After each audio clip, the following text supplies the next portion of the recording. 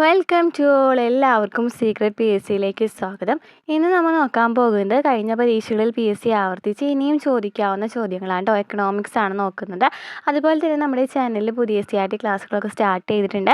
Previous question ആൻസേഴ്സും അതുമായി ബന്ധപ്പെട്ട S C R T പാഠഭാഗങ്ങളൊക്കെ ചെയ്യുന്നുണ്ട് കേട്ടോ. അപ്പോൾ ക്ലാസ്സുകൾ ഇഷ്ടമാണെന്നുണ്ടെങ്കിൽ സപ്പോർട്ട് ചെയ്യാം. അപ്പോൾ നമുക്ക് ഇന്നത്തെ ക്ലാസ്സിലേക്ക് പോകാം. എന്താണ് ഫസ്റ്റ് ക്വസ്റ്റ്യൻ? ഇന്ത്യൻ ആസൂത്രണത്തിൻ്റെ പിതാവ് ആരാണ്? ഇന്ത്യൻ ആസൂത്രണത്തിൻ്റെ പിതാവ് ആരാണ്? എം വിശ്വേശ്വരയ്യ. എം വിശ്വേശ്വരയ്യാണ് ഇന്ത്യൻ ആസൂത്രണത്തിൻ്റെ പിതാവ്. ഇന്ത്യൻ ആസൂത്രണത്തിൻ്റെ പിതാവ് ആരാണ്? എം വിശ്വേശ്വരയ്യ.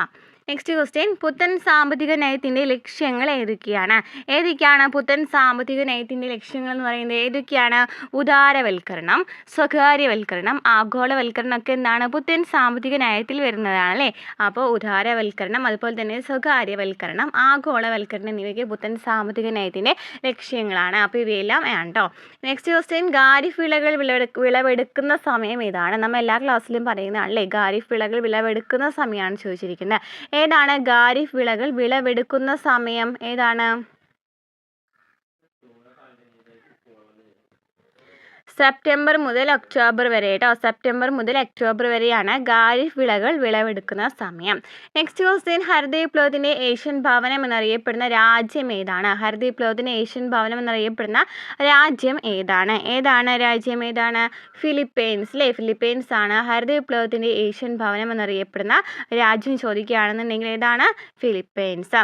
നെക്സ്റ്റ്, 2022-23 കൂടി ഇന്ത്യയുടെ നവീകരണം ലക്ഷ്യമാക്കി നീതി ആയോഗ് ആരംഭിച്ച സംരംഭം ഏതാണ്? 2022-23 കൂടി ഇന്ത്യയുടെ നവീകരണം ലക്ഷ്യമാക്കി നീതി ആയോഗ് ആരംഭിച്ച സംരംഭം ഏതാണ്?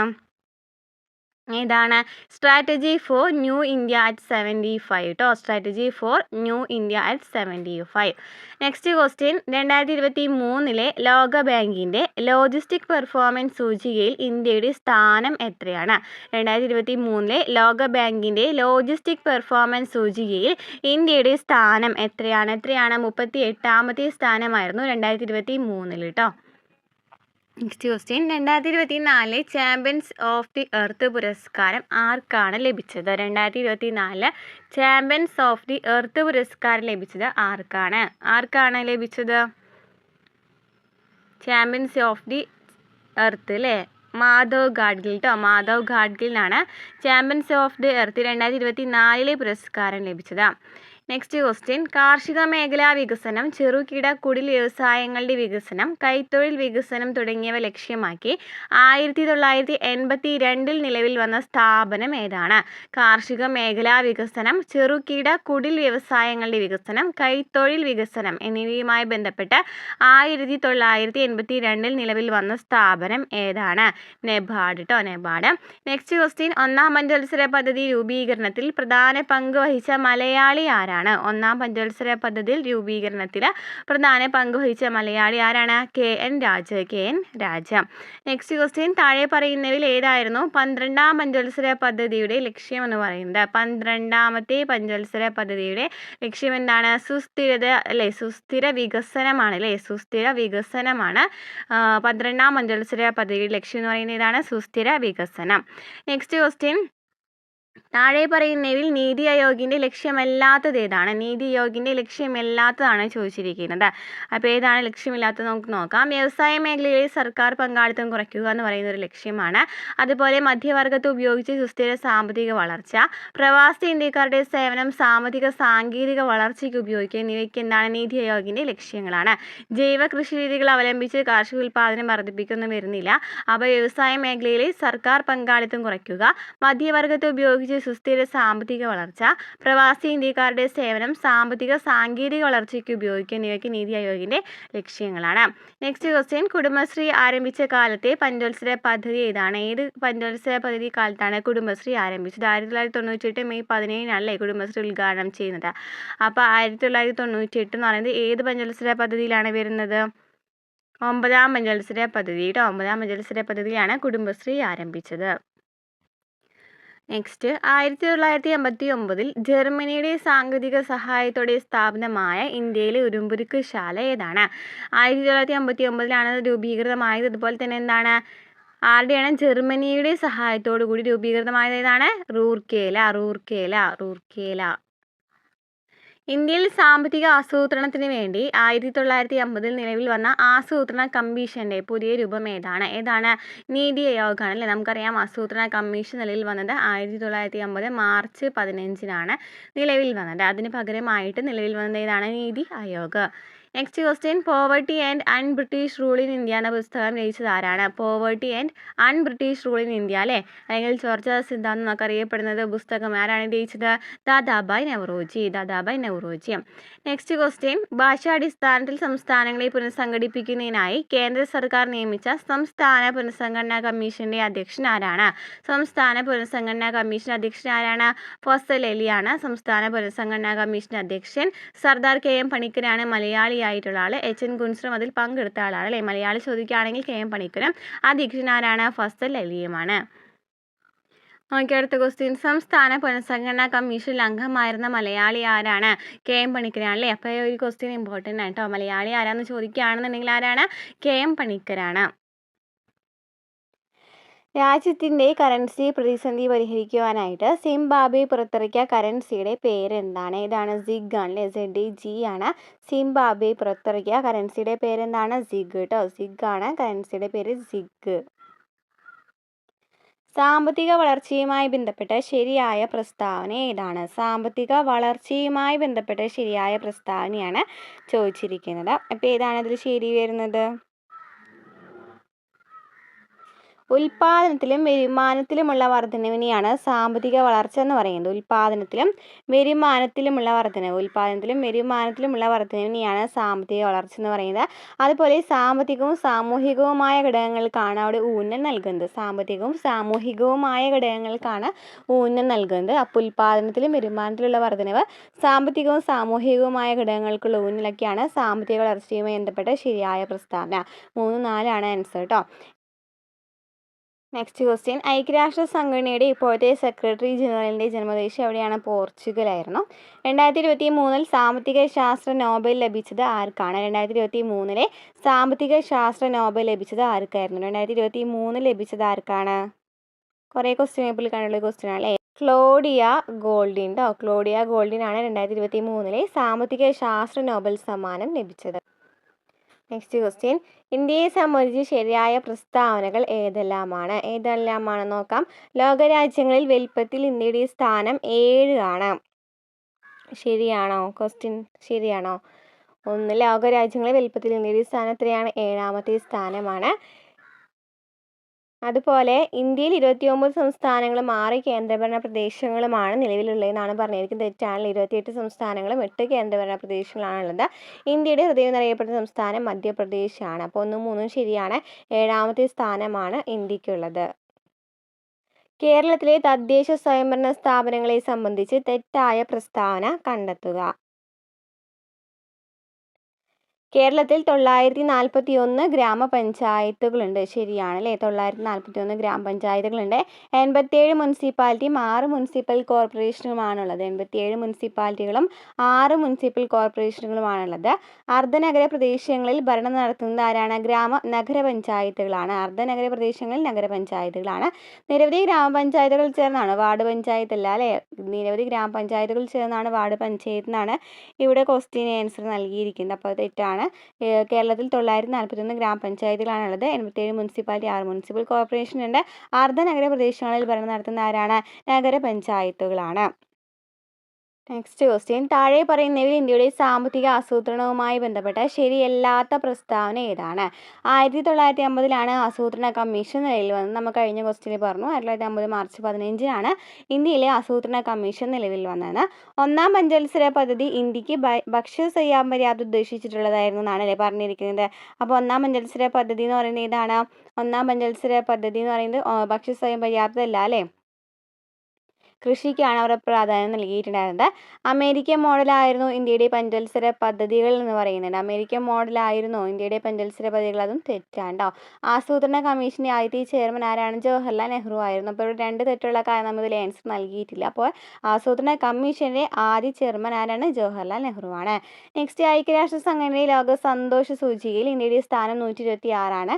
എത്ര രാജ്യങ്ങളെയാണ് ഈ വിഷയത്തിൽ പഠനവിധേയമാക്കിയത്? എത്ര രാജ്യങ്ങളായിരുന്നു പഠനവിധേയമാക്കിയിട്ടുണ്ടായിരുന്നത്? ഇതിൽ ആൻസർ നൽകിയിട്ടില്ല കേട്ടോ ഇതിൻ്റെ. ഓക്കെ, നെക്സ്റ്റ് ക്വസ്റ്റ്യൻ നീതി ആയോഗിൻ്റെ 2023-24 സുസ്ഥിര വികസന ലക്ഷ്യങ്ങളുടെ റിപ്പോർട്ട് പ്രകാരം കേരളത്തോടൊപ്പം 1-ാം സ്ഥാനം പങ്കിട്ട സംസ്ഥാനം ഏതാണ്? ഉത്തരാഖണ്ഡാണ്. ഉത്തരാഖണ്ഡാണ് നീതി ആയോഗിൻ്റെ 2023-24 സുസ്ഥിര വികസന ലക്ഷ്യങ്ങളുടെ റിപ്പോർട്ട് പ്രകാരം കേരളത്തോടൊപ്പം 1-ാം സ്ഥാനം പങ്കിട്ട സംസ്ഥാനം ഏതാണ്? ഉത്തരാഖണ്ഡ്. നെക്സ്റ്റ് ക്വസ്റ്റ്യൻ താഴെ പറയുന്നവയിൽ ഐക്യരാഷ്ട്രസഭയുടെ ലക്ഷ്യമല്ലാത്തത് ഏത്? വീണ്ടും കൊണ്ടുപോയി ക്വസ്റ്റ്യൻ. ലോക ജനതയുടെ ക്ഷേമം ഉറപ്പുവരുത്തുക, അതെന്താണ്? ഐക്യരാഷ്ട്രസഭയുടെ ലക്ഷ്യമാണ്. അന്താരാഷ്ട്ര സഹകരണത്തിന് വേദിയാകുക, അതും ശരിയാണ്. അന്താരാഷ്ട്ര സമാധാനവും സുരക്ഷയും കാത്തു സൂക്ഷിക്കുക, അതും ശരിയാണ്. വ്യാപാരം നിയന്ത്രിക്കുന്നത് ഇതിൽ വരുന്നില്ല. അപ്പോൾ ലോക ജനതയുടെ ക്ഷേമം ഉറപ്പുവരുത്തുക, അന്താരാഷ്ട്ര സഹകരണത്തിന് വേദിയാകുക, അന്താരാഷ്ട്ര സമാധാനവും സുരക്ഷയും കാത്തു സൂക്ഷിക്കുക എന്നിവ ഐക്യരാഷ്ട്രസഭയുടെ ലക്ഷ്യങ്ങളാണ്. ഇന്ത്യയിലെ 1-ാം പഞ്ചവത്സര പദ്ധതി ആരംഭിച്ച വർഷം ഏതാണ്? 1981 അല്ലേ 1-ാം പഞ്ചവത്സര പദ്ധതി ആരംഭിക്കുന്നത്. 51 മുതൽ 56 വരെയാണ്. അപ്പോൾ പഞ്ചവത്സര പദ്ധതികളെ കുറിച്ചിട്ട് നമ്മൾ ഡീറ്റെയിൽ ആയിട്ട് ക്ലാസ് എടുത്തിട്ടുണ്ട് കേട്ടോ.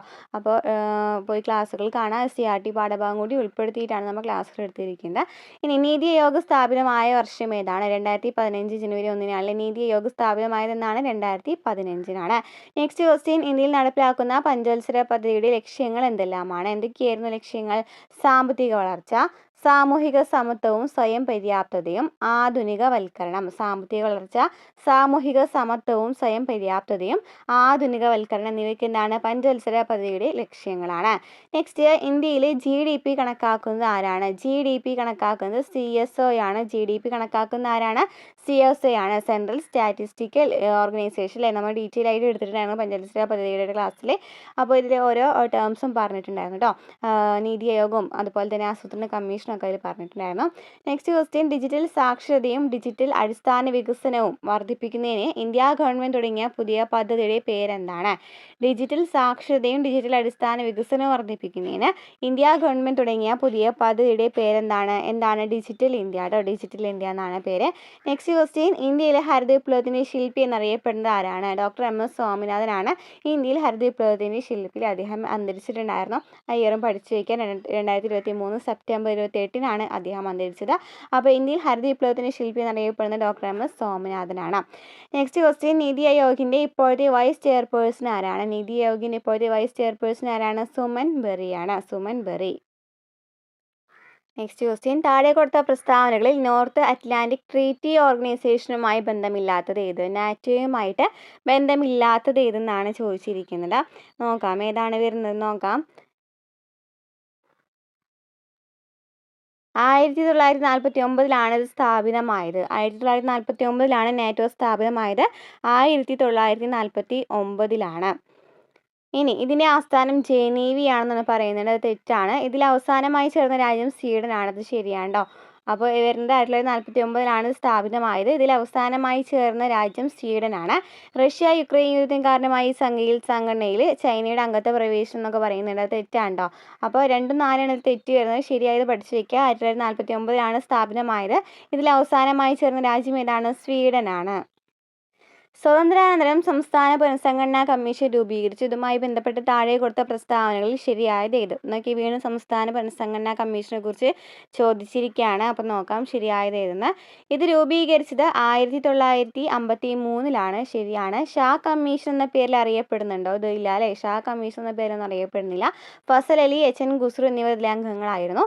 ഈ കമ്മീഷൻ നിർദ്ദേശപ്രകാരം ആദ്യം രൂപീകരിച്ച സംസ്ഥാനം ഏതാണ്? ആന്ധ്രാപ്രദേശാണ്. അപ്പോൾ 1ഉം 2ഉം 4ആണ് ശരി വരുന്നത്. 2 വരുന്നില്ല. 1ഉം 3ഉം 4ആണ് ശരി വരുന്നത്. അതുപോലെ തന്നെ HN ഖുസ്രു അതുപോലെ തന്നെ ആരാണ്? സർദാർ KM പണിക്കരൊക്കെ സംസ്ഥാന പുനഃസംഘടനാ കമ്മീഷനിലെ അംഗമായിരുന്നവരാണ്. 2024 ലോക പരിസ്ഥിതി ദിനാഘോഷങ്ങൾക്ക് ആതിഥ്യം വഹിച്ച രാജ്യം ഏതാണ്? 2024 എവിടെയായിരുന്നു എന്നാണ് ചോദിച്ചിരിക്കുന്നത്. എവിടെയായിരുന്നു 2024? സൗദി അറേബ്യയിലായിരുന്നു അല്ലേ. പരിസ്ഥിതി ദിനാഘോഷം സൗദി അറേബ്യയിലായിരുന്നു. നെക്സ്റ്റ്, ഇന്ത്യയിൽ ഹരിത വിപ്ലവത്തിൻ്റെ ഭാഗമല്ലാത്ത പ്രസ്താവന ഏതാണ്? ഹരിത വിപ്ലവത്തിൻ്റെ ഭാഗമല്ലാത്ത പ്രസ്താവനയാണ് ചോദിച്ചിരിക്കുന്നത്. നമുക്ക് നോക്കാം. ആധുനിക സാങ്കേതിക വിദ്യ ഉപയോഗിച്ച് കാർഷിക ഉൽപ്പാദനത്തിൽ വൻ വർധനവ് സൃഷ്ടിച്ചു. ശരിയാണോ? ശരിയാണല്ലേ. കാർഷിക ഉൽപ്പാദനത്തിൽ വൻ വർധനവ് ഉണ്ടായിട്ടുണ്ടായിരുന്നു. അതുപോലെ തന്നെ ഭക്ഷ്യോൽപാദന രംഗത്ത് ഇന്ത്യ സ്വയം പര്യാപ്തത കൈവരിച്ചിട്ടുണ്ടായിരുന്നു. ജലസേചന സൗകര്യങ്ങൾ, അത്യുൽപാദന ശേഷിയുള്ള വിത്തിനങ്ങൾ, രാസവളങ്ങൾ, രാസകീടനാശിനികൾ എന്നിവ വ്യാപകമായി ഉപയോഗിക്കപ്പെട്ടു. അതും ശരിയാണ്. ഒന്നാം പഞ്ചവത്സര പദ്ധതി മുതൽ ഹരിതവിപ്ലവം ആരംഭിച്ചിട്ടുണ്ടെന്ന് പറയുന്നത് തെറ്റാണല്ലേ. നമുക്കറിയാം മൂന്നാം പഞ്ചവത്സര പദ്ധതി സമയത്താണ് ഹരിതവിപ്ലവം ആരംഭിക്കുന്നത്. 1969 പഞ്ചവത്സര പദ്ധതി ഹരിതവിപ്ലവം ആരംഭിക്കുന്നത്. അപ്പോൾ ആധുനിക സാങ്കേതിക വിദ്യ ഉപയോഗിച്ച് കാർഷിക ഉൽപ്പാദനത്തിൽ വൻ വർധനവ് സൃഷ്ടിച്ചു. ശരിയാണ്. പശുൽപാദന രംഗത്ത് ഇന്ത്യ സ്വയം പര്യാപ്തത കൈവരിച്ചു. ജലസേചന സൗകര്യങ്ങൾ, അത്യുൽപാദന ശേഷിയുള്ള വിത്തിനങ്ങൾ, രാസവളങ്ങൾ, രാസകീടനാശിനികൾ എന്നിവ വ്യാപകമായി ഉപയോഗിക്കപ്പെട്ടു. നെക്സ്റ്റ് ക്വസ്റ്റ്യൻ, ഗോതമ്പ്, നെല്ല്, ചോളം, പയറുവർഗ്ഗങ്ങൾ എന്നിവ ഇന്ത്യയിലെ പ്രധാന ഭക്ഷ്യവിളകളാണ്. 2023 കണക്കുകൾ പ്രകാരം ഇവയുടെ ഉൽപ്പാദനത്തിന് തോതനുസരിച്ചുള്ള ശരിയായ സ്ഥാനക്രമം കണ്ടെത്തുക. അപ്പോൾ ഇതിൽ ഏതാണ് ഫസ്റ്റ് വരുന്നത്? ഏതാണ്? ഏതാണ് വരുന്നത്? നെല്ല് കേട്ടോ. ഫസ്റ്റ് സ്ഥാനം വരുന്നത് നെല്ലിനാണ്. ഫസ്റ്റ് സ്ഥാനം വരുന്നത് നെല്ലിനാണ് കേട്ടോ. സെക്കൻഡ് സ്ഥാനം ഗോതമ്പിനാണ്. മൂന്നാമത്തെ സ്ഥാനം എത്രയാണ്? പയർ വർഗ്ഗങ്ങൾക്ക്, ചോളത്തിനാണ് വരിക കേട്ടോ. ചോളത്തിനാണ് മൂന്നാമത്തെ സ്ഥാനം. നാലാമത്തെ സ്ഥാനമാണ് പയർവർഗ്ഗങ്ങൾക്ക് വരിക. അപ്പോൾ നെല്ല്, ഗോതമ്പ്, ചോളം, പയറുവർഗ്ഗങ്ങൾ. നെല്ല്, ഗോതമ്പ്, ചോളം, പയറുവർഗ്ഗങ്ങളാണ് ഓർഡർ വരുന്നത്. നെല്ല്, ഗോതമ്പ്, ചോളം, പയറുവർഗ്ഗങ്ങൾ. Next question, Reserve Bank of ഇന്ത്യയുമായി ബന്ധപ്പെട്ട 2 പ്രസ്താവനകൾ നൽകിയിരിക്കുന്നു. RBIയുമായിട്ട് ബന്ധപ്പെട്ട പ്രസ്താവനകളാണ് ചോദിച്ചിരിക്കുന്നത്. നോക്കാം. റിസർവ് ബാങ്ക് ഓഫ് ഇന്ത്യയുടെ ഒരു പ്രധാന പണനയ ഉപാധി എന്ന് പറയുന്നത് റിപ്പോ റേറ്റ് ആണെന്ന് പറയുന്നുണ്ട്. ശരിയാണോ? ശരിയാണല്ലേ. റിസർവ് ബാങ്ക് ഓഫ് ഇന്ത്യയുടെ ഒരു പ്രധാന പണനയ ഉപാധിയാണ് റിപ്പോ റേറ്റ് എന്ന് പറയുന്നത്. 2024 ഏപ്രിൽ മാസത്തിൽ ചേർന്ന റിസർവ് ബാങ്ക് ഓഫ് ഇന്ത്യയുടെ പണനയ സമിതി റിപ്പോ റേറ്റ് 6.50% നിലനിർത്തുവാൻ തീരുമാനിച്ചിട്ടുണ്ടായിരുന്നു. അതും ശരിയാണ് കേട്ടോ. 2024 6.50 റിപ്പോ റേറ്റ് നിലനിർത്തുവാൻ തീരുമാനിച്ചെന്ന് പറയുന്നത് ശരിയാണ്. അതുപോലെ തന്നെ അത് ഒരു പ്രധാന പണനയ ഉപാധി എന്ന് പറയുന്നത് ഇതാണ്, റിപ്പോ റേറ്റ് ആണ്. നെക്സ്റ്റ് ക്വസ്റ്റ്യൻ, ഇന്ത്യൻ സമ്പദ്ഘടനയെ സ്വാധീനിച്ച ചില പ്രധാന നയങ്ങൾ താഴെ നൽകിയിരിക്കുന്നു. കാലഗണന അനുസരിച്ച് ഇവിടെ ശരിയായ ക്രമം എഴുതുക. അപ്പോൾ ഇന്ത്യൻ സമ്പദ്ഘടനയെ സ്വാധീനിച്ച ചില പ്രധാന നയങ്ങളാണ് നൽകിയിരിക്കുന്നത്. ഇതിൽ ശരിയായത് ഏതാണ് ചോദിച്ചിരിക്കുന്നത്? ശരിയായ ഓർഡർ ആണ് ചോദിച്ചിരിക്കുന്നത്. അപ്പോൾ ഏതാണ് ശരിയായ ഓർഡർ വരുന്നത്? ആസൂത്രണ കമ്മീഷൻ രൂപീകരിച്ചത് 1980 ആസൂത്രണ കമ്മീഷൻ രൂപീകരിച്ചത്. അപ്പോൾ അതാണ് ഫസ്റ്റ് വരുന്നത്. അതുപോലെ തന്നെ നെക്സ്റ്റ് വരുന്നത് ഭൂപരിഷ്കരണം നടക്കുന്നത് ഏതാണ്? 1957 ഭൂപരിഷ്കരണം നടക്കുന്നത് 1957. അതുപോലെ തന്നെ ബാങ്ക് ദേശസാൽക്കരണം 1969 ബാങ്ക് ദേശസാൽക്കരണം. 500,000 നോട്ടുകളുടെ നിരോധനം 2016 നവംബർ 8. അപ്പോൾ ഇതിൽ ഏതാണ് ശരി വരുന്നത്? ആസൂത്രണ കമ്മീഷൻ രൂപീകരിച്ചു എന്ന് പറയുന്നത് ഫസ്റ്റ് വരുന്നു. സെക്കൻഡ് ഏത് വന്നു? ഭൂപരിഷ്കരണം. 1957 ഭൂപരിഷ്കരണം നടക്കുന്നത്, അത് വന്നു. പിന്നെ ബാങ്ക് ദേശസാൽക്കരണം വന്നു 1969. 500,000 നോട്ടുകളുടെ നിരോധനം 2016 നവംബർ 8. ഓക്കെ ആണല്ലോ. നെക്സ്റ്റ് ക്വസ്റ്റ്യൻ, നൽകിയിരിക്കുന്ന പ്രസ്താവനകൾ ശ്രദ്ധിച്ച് ശരിയായ ഓപ്ഷൻ തിരഞ്ഞെടുക്കുക. സാമ്പത്തിക വളർച്ച കൈവരിക്കുക എന്നത് പഞ്ചവത്സര പദ്ധതിയുടെ പ്രധാന ലക്ഷ്യങ്ങളിൽ ഒന്നായിരുന്നു. എന്തായിരുന്നു? ശരിയാണല്ലേ. പ്രധാന ലക്ഷ്യങ്ങളിൽ ഒന്നാണ് എന്ത് പറയുന്നത്? സാമ്പത്തിക വളർച്ച കൈവരിക്കുക എന്ന് പറയുന്നത് പഞ്ചവത്സര പദ്ധതിയുടെ. രാഷ്ട്രത്തിൻ്റെ സാമ്പത്തിക വളർച്ചയ്ക്ക് അടിത്തറ പാകിയതും ത്വരിതപ്പെടുത്തിയതുമായ നിരവധി പദ്ധതികൾ 12ാം പഞ്ചവത്സര പദ്ധതികളുടെ രാജ്യത്ത് നടപ്പിലാക്കി. 12 പഞ്ചവത്സര പദ്ധതികളിലൂടെ കുറേ പദ്ധതികൾ നടപ്പിലാക്കിയിട്ടുണ്ടായിരുന്നു. അതും ശരിയാണ്. അപ്പോൾ പ്രസ്താവന 1, 2 ശരിയാണ്. രണ്ടാമത്തെ പ്രസ്താവന 1ന്റെ വിശദീകരണമാണ്. അപ്പോൾ എന്താണ് പറയുന്നത്? പഞ്ചവത്സര പദ്ധതിയുടെ പ്രധാന ലക്ഷ്യങ്ങൾ ഒന്നാണ് സാമ്പത്തിക വളർച്ച കൈവരിക്കുക എന്നത്. അതുപോലെ രാഷ്ട്രത്തിൻ്റെ സാമ്പത്തിക വളർച്ചയ്ക്ക് അടിത്തറ പാകിയതും ത്വരിതപ്പെടുത്തിയതുമായ നിരവധി പദ്ധതികൾ 12 പഞ്ചവത്സര പദ്ധതികളുടെ രാജ്യത്ത് നടപ്പിലാക്കിയിട്ടുണ്ടായിരുന്നു. നെക്സ്റ്റ് ക്വസ്റ്റ്യൻ, നീതി ആയോഗിൻ്റെ ചില സംരംഭങ്ങളും അവയുടെ ലക്ഷ്യങ്ങളും താഴെ നൽകിയിരിക്കുന്നു. ഓരോ സംരംഭത്തിൻ്റെയും ലക്ഷ്യത്തെ സൂചിപ്പിക്കുന്ന ഓപ്ഷൻ കണ്ടെത്തുക. അപ്പോൾ കറക്റ്റ് ആയിട്ടുള്ള കണ്ടുപിടിക്കാനാണ്. അടൽ ഇന്നോവേഷൻ മിഷൻ എന്തിനു വേണ്ടിയിട്ടുള്ളതാണ്? അടൽ ഇന്നോവേഷൻ മിഷൻ എന്ന് പറയുന്നത് എന്തിനു വേണ്ടിയിട്ടുള്ളതാണ്? സംരംഭകത്വം, നവീന ആശയ രൂപീകരണം എന്നിവ ത്വരിതപ്പെടുത്തുക അല്ലേ. സംരംഭകത്വം, നവീന ആശയ രൂപീകരണം എന്നിവ ത്വരിതപ്പെടുത്തുകയാണ് അടൽ ഇന്നോവേഷൻ മിഷൻ്റെ ലക്ഷ്യം എന്ന് പറയുന്നത്. മെത്തനോൾ സമ്പദ്ഘടന എന്ന് പറയുന്നത് എന്തിനാണ്?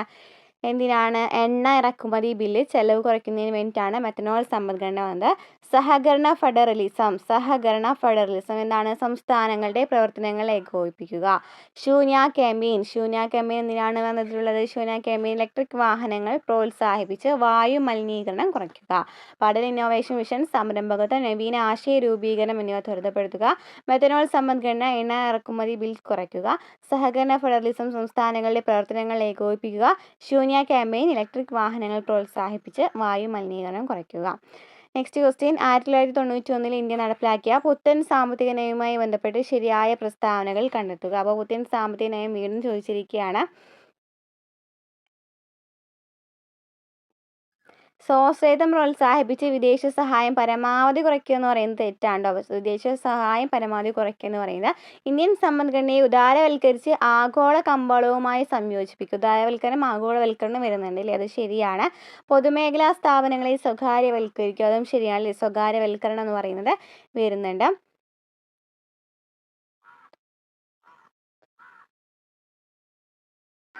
ഇറക്കുമതി പരമാവധി കുറച്ച് തദ്ദേശീയ വ്യവസായ സ്ഥാപനങ്ങൾ സംരക്ഷിക്കുക എന്ന് പറയുന്നത് അതും തെറ്റാണ്. അപ്പോൾ ശരിയായ പ്രസ്താവനകൾ ഏതാണ്? ഉദാരവൽക്കരിച്ച് ആഗോള കമ്പോളവുമായി സംയോജിപ്പിക്കുക, പൊതുമേഖലാ സ്ഥാപനങ്ങളെ സ്വകാര്യവൽക്കരിക്കുക. നെക്സ്റ്റ് ക്വസ്റ്റ്യൻ, താഴെ തന്നിരിക്കുന്നതിൽ ദാദാഭായ് നവറോജിയുമായി ബന്ധമില്ലാത്ത പ്രസ്താവനകൾ ഏതൊക്കെയാണ്? ചോർച്ചാ സിദ്ധാന്തത്തിൻ്റെ ഉപജ്ഞാതാവാണ് അല്ലേ? ദാദാഭായ് നവറോജി. എല്ലാ ക്വസ്റ്റ്യൻ പേപ്പറിലും കണ്ട ക്വസ്റ്റ്യനാണ് Dadabhai Naoroji. Poverty and British rule India എന്ന് പറയുന്ന പുസ്തകം രചിച്ചതാരാണ്? അദ്ദേഹം തന്നെയാണ്, ദാദാഭായ് നവറോജി തന്നെയാണ്. ഇന്ത്യൻ നാഷണൽ കോൺഗ്രസിൻ്റെ സ്ഥാപകൻ എന്ന് പറയുന്നത് ദാദാഭായ് നവറോജിയാണ് അല്ലേ? ഇന്ത്യൻ നാഷണൽ കോൺഗ്രസിൻ്റെ സ്ഥാപകൻ എന്നറിയപ്പെടുന്നത് യഹൂമായിരുന്നു. ഇന്ത്യയുടെ വന്ധ്യവയോധകൻ എന്നറിയപ്പെടുന്നത് ആരാണ്? ഇന്ത്യയുടെ വന്ധ്യവയോധകൻ എന്നറിയപ്പെടുന്നത് ആരാണ്? ദാദാഭായ് നവറോജിയാണ് ഇന്ത്യയുടെ വന്ധ്യവയോധകൻ എന്നറിയപ്പെടുന്നത്. 1, 2, 4 ശരിയാണ്.